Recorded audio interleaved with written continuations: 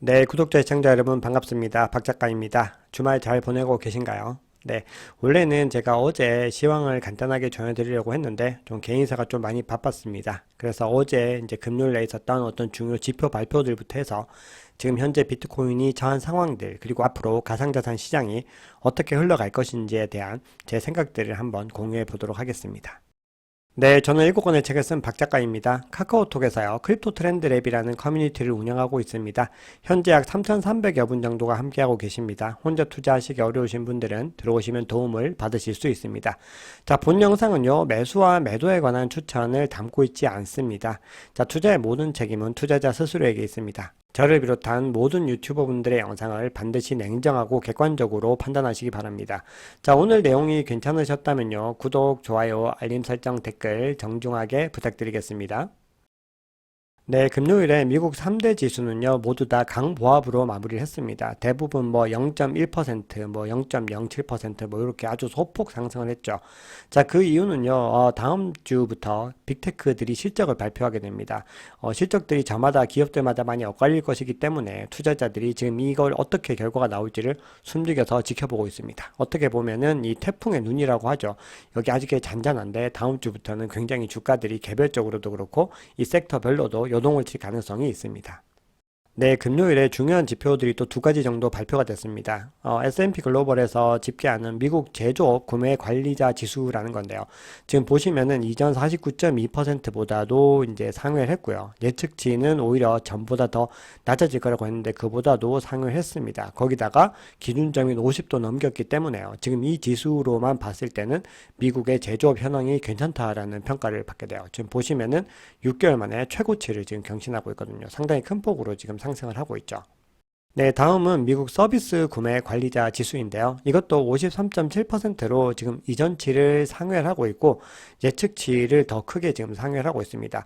자, 지금 아까도 마찬가지고 제조업 구매 관리자 지수도 그렇고 서비스도 그렇고 둘 다 예측치가 이전보다 낮았어요. 자, 그 이유는 뭐냐면 지금 경기 침체에 대한 어떤 시그널들이 올 것이라고 다들 예측을 하고 있는 거죠.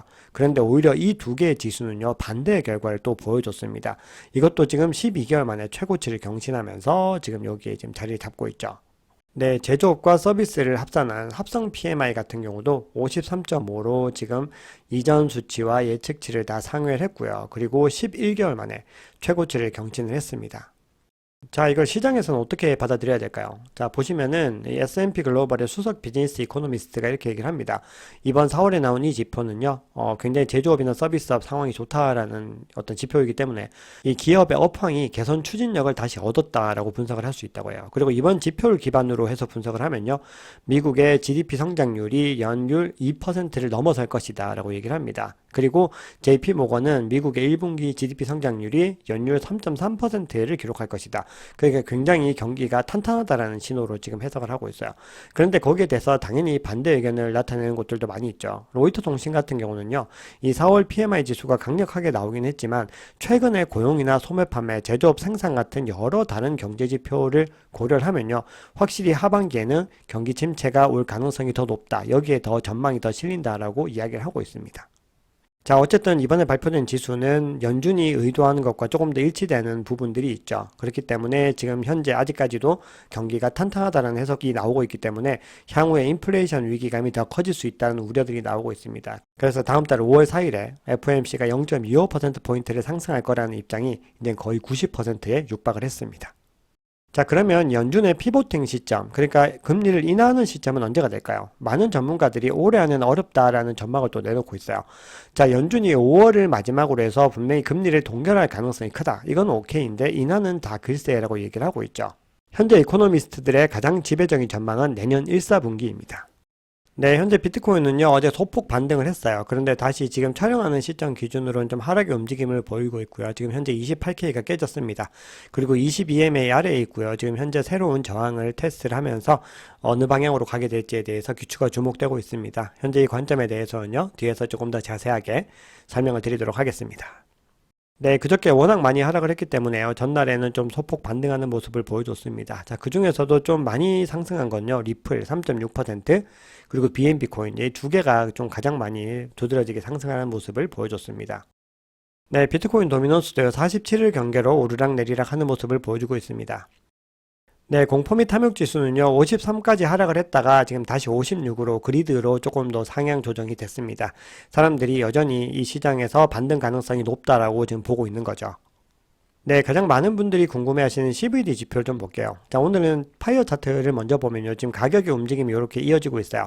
근데 보시면은 26.7K에서 매수벽이 생겨났습니다. 자, 이 매수벽이 생겨났다는 거는 여기가 이제 지지선으로 작용할 가능성이 높고, 반대로 얘기했을 때 여기까지도 떨어질 가능성이 있다라는 의미로 볼 수 있어요. 근데 여기 보시면 매수벽이 상당히 좀 크게 선명하게, 가장 선명하게 지금 형성이 되어 있고요. 자, 그리고 28K 부근에서 현재 매도벽이 조금씩 만들어지고 있는 모습이 보여집니다. 그리고 30.4K 그리고 31K에서도 이제 매도벽이 지금 존재하고 있습니다. 네, 현재 고래들은요, 조금 더 독특한 움직임을 보여주고 있어요. 자, 보시면 가장 큰 갈색 고래는 굉장히 많이 매물을 던졌습니다. 그래서 이렇게 쭉 계속 계단형으로 지금 계속 분할 매도를 했고요. 지금 현재 여기서 지금 홀딩을 하고 있습니다. 그리고 두 번째로 큰 보라색 고래 같은 경우도요. 거의 대부분의 물량들을 지금 매도를 한 움직임들을 보여주고 있어요. 그러니까 가장 큰 두 개의 고래는 지금 매도의 포지션으로 계속해서 매물을 던진 것이고요. 반대로 빨간색과 초록색, 노란색 같은 경우는 또 서로 비슷한 움직임을 보여줬어요. 자, 보시면은 빨간색 고래 같은 경우는요. 일정 부분 매도를 했는데 이제 이 시점에서 다시 매입으로 어떤 포지션을 변경을 했고요. 그리고 초록색 고래 같은 경우도 이 지점에서 굉장히 많은 물량들을 매입을 했고, 그리고 여기서 일정 부분 매도를 했지만 여전히 또 매입의 움직임들을 이어가고 있습니다. 자, 그리고 노란색 고래도요, 거의 전량을 매도를 했다가 이 지점부터 다시 급격하게 매수를 하고 있죠. 그래서 이것도 보시면 가장 큰 고래들과 나머지 고래들 간의 매수 매도의 공방들이 또 이루어지고 있다는 걸 볼 수가 있습니다. 그래서 이 향방들은요, 제가 계속해서 지켜보면서 시황을 전해드리도록 하겠습니다.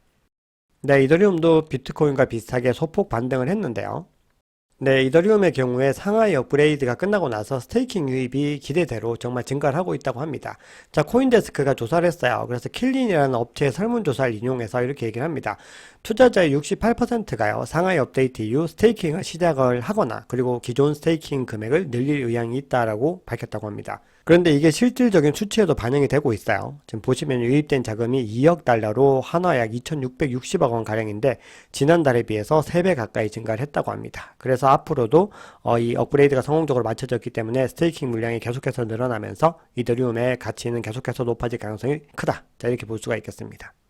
자, 이번에는 리플인데요. 리플이 전날치를 갖다 거의 다 반등을 했어요. 자, 그 이유가 뭐냐면 네, 곧 소송이 또 마무리될 가능성이 높다라는 또 기사들이 나오고 있어요. 자, 보시면 해외 암호화폐 전문 매체인 크립토 뉴스플래시라는 곳에서요, 다음 주에 XRP 급등을 볼 수 있을까? 뭐 이런 식의 기사를 내보냈습니다. 자, 이게 무슨 말이냐면 이 재판 판결이요, 아마 4월 말까지 나오지 않을까라고 언급을 한 겁니다. 이건 국내 매체가 아니라 해외 매체이기 때문에 조금 더 이제 주목을 해서 봐야 되는데요. 자, 이 매체가 얘기하는 근거가 뭐냐면 리플 재판을 계속해서 추적해온 제임스 필란이라고 하는 변호사가 있는데, 이 사람이 이제 봤을 때 이 토레스 판사가 과거 판결 내린 걸 보면요, 전문가들의 의견을 청취하고 증거 능력을 검토한 뒤에 이제 판결 내리는데 52일이 걸렸다고 합니다. 자, 그리고 4월 27일이 바로 딱 52일째 되는 날이라고 해요. 그래서 아마도 나올 가능성이 있지 않을까 이렇게 언급을 하고 있습니다. 물론 이거는요, 뭐 아무도 알 수 없는 거기 때문에 어쨌든 이런 의견이 있다라는 것들만 좀 기억을 해 두시고요. 아마 이 사이에 계속해서 리플의 가격은 오르락 내리락 할 가능성이 좀 커 보입니다. 네, 다음은 도지코인인데요. 도지코인도 이제 소폭 반등을 했고 지금도 촬영 기준으로 조금 상승세의 움직임을 보이고 있는데요. 요즘에 도지코인이 일론 머스크와 거의 밀착해서 움직이고 있죠. 그래서 최근에 이제 스페이스X의 우주선 스타쉽이 발사 실패를 했죠. 폭발했잖아요. 그래서 도지코인도 굉장히 하락을 했었는데 이번에는 좀 반등 대열에 합류를 했는데, 그 이유 중에는요, 이 도지코인은 증권성 이슈에서 상대적으로 안전하다라는 내러티브들이 또 만들어지고 있어요. 네, 도지코인 재단의 이사회 멤버인데 마샬 헤이너라는 사람이 한 인터뷰에서 이렇게 얘기를 했습니다. 도지는 비트코인의 포크로 탄생한 코인이기 때문에 비트코인을 증권으로 분류할 수 없다면 도지코인도 증권이 아니다, 이렇게 주장을 했습니다. 자, 그러면서 증권이라는 거는요, 미래의 수익을 기대할 수 있는 금융 자산으로 배후에는 중앙화된 주체가 존재해야 되는 거죠. 그런데 도지코인은 처음 등장했을 때 그저 장난이나 밈으로 치부가 됐던 거예요. 그리고 중앙 통제 기관도 없었고, 그리고 도지코인 창시자인 잭슨 팔머와 빌리 마커스도 자신들의 부를 축적하기 위해서 프로젝트를 이용하지 않았다는 거예요. 결과적으로 밈으로 시작했던 덕분에 도지코인은 특유의 특이한 아주 탈중앙화 구조를 갖출 수 있었다, 이렇게 주장을 하고 있습니다. 자, 비트코인이 뭐 지난주처럼 하락한 건요, 너무 많아서 셀 수가 없죠. 그래서 비트코인의 등락에 대해서 투자 경험이 많으신 분들은 좀 그러려니 하는 경우들이 많이 있는데, 투자 경험이 아무래도 적으신 분들은 뭐 떨어질 때마다 왜 떨어졌나요? 이렇게 이유를 또 여쭤보시는 분들이 계시거든요. 그래서 매체들이 이제 소개한 이유들을 몇 가지를 얘기를 하면요. 투자 전문 매체인 밸런스 같은 경우는요. 연초 이후에 75%라는 어떤 급상승을 했기 때문에 뉴욕 증시는 등락을 거듭하는데 비트코인은 무너지지 않고 랠리를 계속해 왔다는 거예요. 그만큼 피로감이 쌓여있기 때문에 매물, 차익 매물이 나올 수 있다는 지적이 나오고 있어요.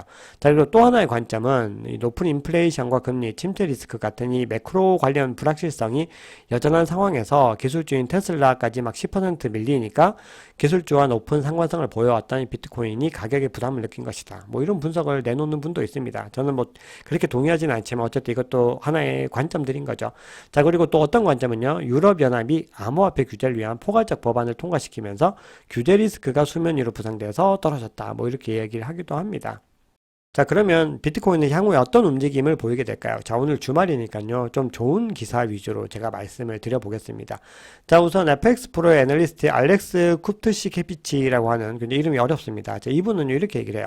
비트코인 가격이 28,000달러 위를 유지하거나 아니면 뭐 회복을 하면요. 매우 강력한 강세 분위기가 만들어질 수 있다. 이렇게 주장을 하면서 만약에 조정이 나타나게 된다면 50일 이동평균선인 26,700달러까지 밀릴 것이라고 전망을 했습니다. 자, 아까 전에 저희 CVD 차트에서 정확하게 여기에 매수벽이 생겨져 있는 거 보셨죠? 그러니까 트레이더들이 관점이 다 비슷하다는 거예요. 뒤에서 제가 마지막으로 언급 드릴 텐데 라케시 우페드예 같은 경우도 거의 비슷한 관점을 또 설명을 합니다.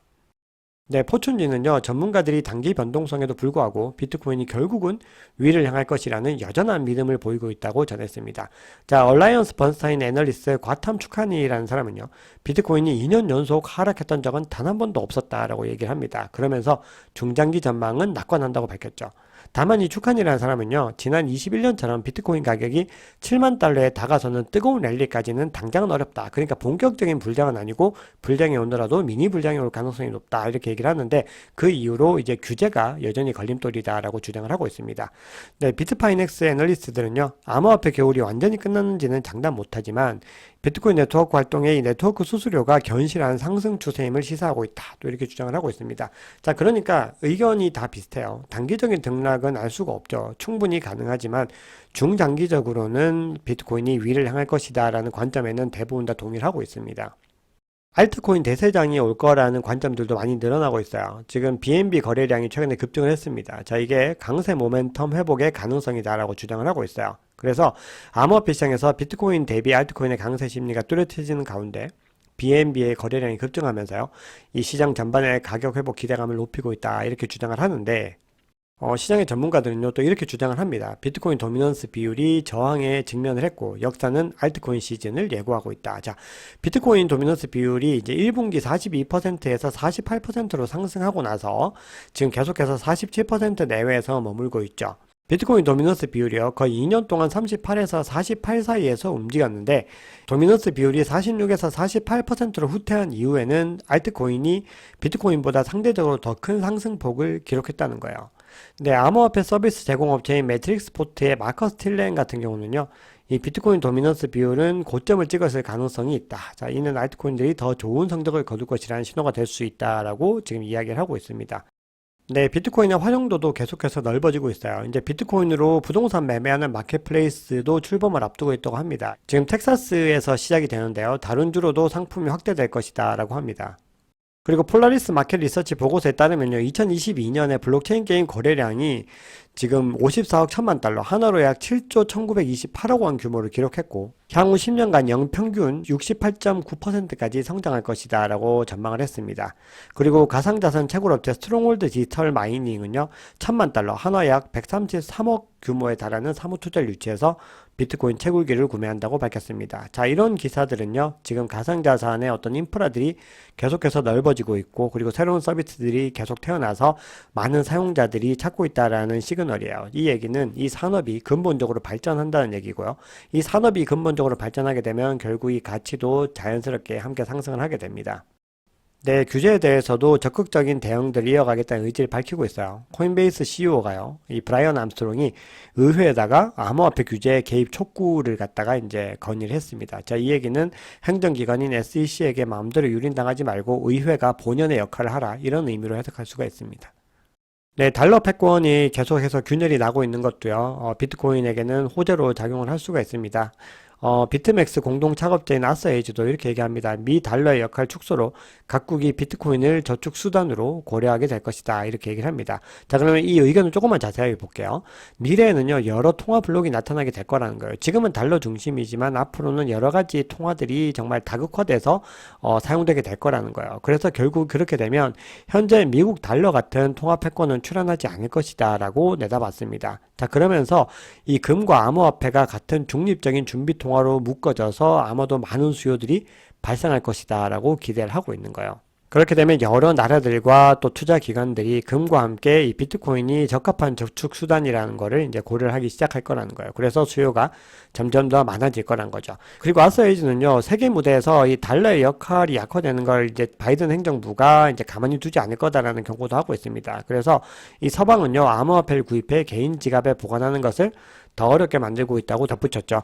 네, 이 부분에 대해서는 제가 굉장히 특급 게스트를 모시고 한번 인터뷰를 할 예정이에요. 그래서 게스트분께 이 국내에서 이 분야에서는 또 가장 전문가 중에 한 분이신데요. 나오시면은 제가 한번 여쭤보고 여러분들에게 그 영상을 공유해 드리도록 하겠습니다. 네, 아르헨티나에서요, 드디어 달러 보유고가 바닥이 났습니다. 그래서 중앙은행 대외 지불이 중단이 됐는데요. 여기에 대해서 이 비트코인 맥시멀리스트인 마이클 세일러가 이렇게 얘기합니다. 당신이 아르헨티나에 살고 있다면 당신은 비트코인이 필요하다. 네, 이런 위기에 처할 나라들이 앞으로도 계속해서 생겨날 수 있죠. 사실 중남미나 아프리카의 나라들은요, 통화적으로도 열악한 환경에 놓인 나라들이 많이 있거든요. 그렇게 되면 비트코인의 영향력은 앞으로도 계속해서 늘어날 가능성이 높다고 봅니다. 네, 악재 뉴스들도 있습니다. 지금 보시면 웨일 알럿에서 지금 하루에 한 번씩 계속 전해지고 있어요. 지금 거의 10년째 묵혀져 있던 아무런 움직임이 없던 지갑들이 지금 온체인 활동이 나타나고 있다는 거예요. 그러니까 깨어나고 있는 고래들인데요.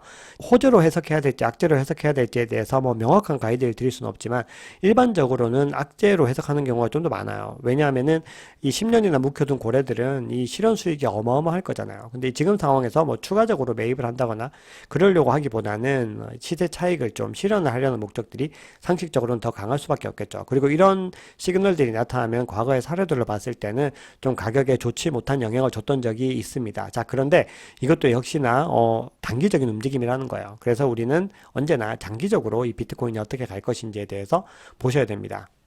네, 그리고 무디스가요, 미국 지역은행 중에서 11개 신용 등급을 강등을 했는데요. 자, 그 이유가 상업용 부동산에 너무 많이 노출이 됐다는 거예요. 지금 미국의 상업용 부동산 리스크가 지금 굉장히 수면 아래에 아직은 있지만 이게 또 언제 터져 나올지 모르는 그런 상황에 있습니다. 그래서 매크로 변수는요, 아직까지도 굉장히 많은 어떤 지뢰밭들을 가지고 있다라고 보실 수가 있고요. 그런 상황들 속에서 비트코인이 또 다시 한 번 더 어떤 탈출구로서 역할을 하게 될지에 대해서 또 앞으로도 그런 내러티브들이 계속해서 유지될 수 있을지에 대해서도 한번 지켜보셔야 됩니다. 네, 마지막으로 코인텔레그래프의 라케시 우페드히에라는 분의 관점만 공유를 하겠습니다. 자, 이분도 26.5K까지는 떨어질 수 있다라고 얘기를 하고 있습니다. 자, 그게 아까 전에 매수부에게 생겼던 26.7K와 거의 금방이죠. 네, 그 후에요, 25.2에서 역 헤드 앤 숄더 패턴의 넥라인까지 하락이 가능하다라고 얘기를 하고 있습니다. 자, 그리고 만약에 여기에서 반등을 하게 되면은 20일 EMA 위로 가격을 되돌리기 위해서 이제 탈출 시도를 하게 될 거고, 만약에 이제 그 20일 EMA를 뚫게 되면은 32.4까지는 단기적으로 상승이 가능하다. 자, 이렇게 주장을 하고 있습니다. 매도벽이 생긴 구간들과 상당히 유사한 부분들이 있죠. 그래서 분할 매수나 분할 매도를 하실 때는 이런 구간들을 좀 활용을 하시면은 뭐 장기적으로는 언제 사더라도 수익권에 있다고 하지만 어쨌든 쌀 때 사서 비쌀 때 파는 게 좋은 거죠. 결론적으로. 그래서 이런 지점들을 여러분들이 잘 활용하셔서 비트코인 투자를 하시면요, 수익률에 더 도움이 되지 않을까 그런 생각을 해봅니다. 자, 투자에 대한 관점들이 저희 커뮤니티에서도 굉장히 다양하게 많이 나오고 있는데요. 제가 이제 시간이 될 때 한번 좀 정리를 해드리려고 해요. 사람들마다 뭐 장기 투자의 관점이 있고 트레이딩의 관점이 있는데 서로에 대해서 좀 서로를 안 좋게 바라보는 부분들이 있죠. 근데 저도 장기 투자의 관점이지만 이 차트를 불신하거나 그러지는 않거든요. 자, 그렇다고 해서 트레이딩 관점으로 이 시장을 접근하게 되면요, 대부분의 투자자들은 실패를 하게 됩니다. 그렇기 때문에 우리가 투자를 하실 때는요, 어떤 식으로 이 투자의 방향성을 가져가야 될지를 먼저 잘 고민을 해야 되는데 그 부분들을 균형 있게 잘 할 수 있는 방법들에 대해서 제가 뭔가 서비스를 준비하고 있다고 말씀드렸는데 거기서도 그렇고 유튜브 채널에서도 꾸준히 관점을 말씀드리도록 하겠습니다. 네, 오늘 준비한 얘기는 여기까지입니다. 여러분 남은 주말도 잘 보내시고요. 자, 내일 또 반가운 모습으로 뵙겠습니다. 지금까지 박 작가였습니다.